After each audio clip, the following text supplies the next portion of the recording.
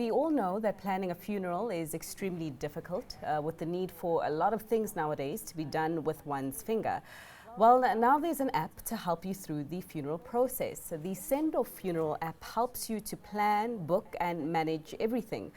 Joining me for today's Entrepreneurial Edge slot is Zolani Matebese, who is the CEO at Sendoff. Zolani, thanks so much for your time. Just tell us more about Sendoff and exactly the gap in the market that it was trying, or it is trying rather, to fill. Thank you so much for having me. So Sendoff is essentially a way for people to book, plan, manage, and do all the activities related to planning a funeral, literally from the palm of their hand. Previously, you would have to call or visit multiple funeral homes. You would have to relive the trauma of a recent bereavement by explaining what has happened, being pressure sold and funneled into whatever products made sense for that funeral home. It would be difficult to compare apples with apples, to make sure that you're getting the right things.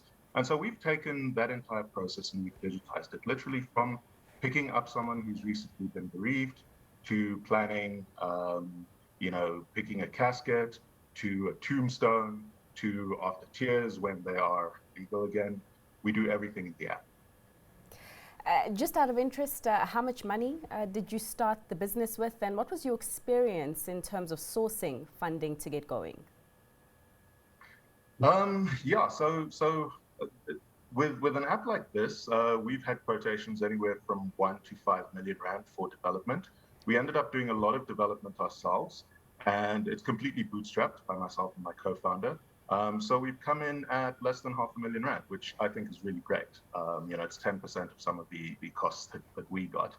And instead of looking for funding like your traditional entrepreneurs, we felt that we would rather build a sustainable app, build a sustainable business model, and actually go out and get users.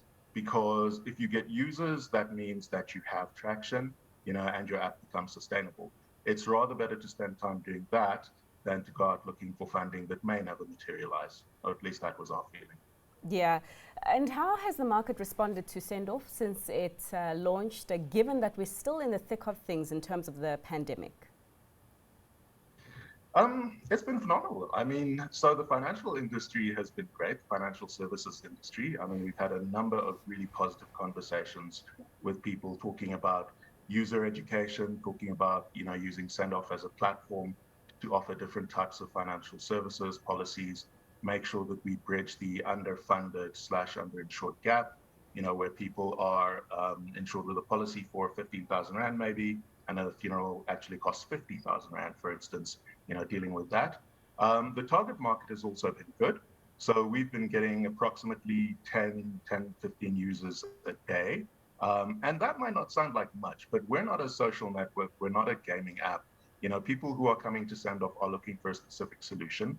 And so for us, that compounded user base of 10 to 15 users a day is great. And we are 6 weeks old now. So we're pretty happy with the growth so far. With the industry itself, I think there's a cautious optimism. It is obviously a massive change for the funeral industry. And people are trying to see exactly how it will affect them, what services it may cannibalize, what will stay the same, what will change. But overall, it's been great. It's been really positive. Yeah. So essentially, you're this one-stop shop in terms of planning and organizing a funeral. So just give us a bit of detail on who exactly your partners are and the experience that you went through in getting some of them on board. Absolutely. So we obviously have your funeral homes, the people who pick up the actual deceased person, the people who prepare the body, the people who store the body. You can't get away from that. We've also got your florists, your caterers, people who make tombstones, down to your lesser thought of services such as home cleaning, because that's a thing that needs to be done. Okay, Fifi, We've got legal professionals who do things like winding up the estates, and an area we're starting to get into now is grief counseling, because that's quite important. This whole process is quite traumatic, and we built Sendoff as a way to minimize some of that trauma. So grief counseling is for us one of the key areas that we need to start moving into.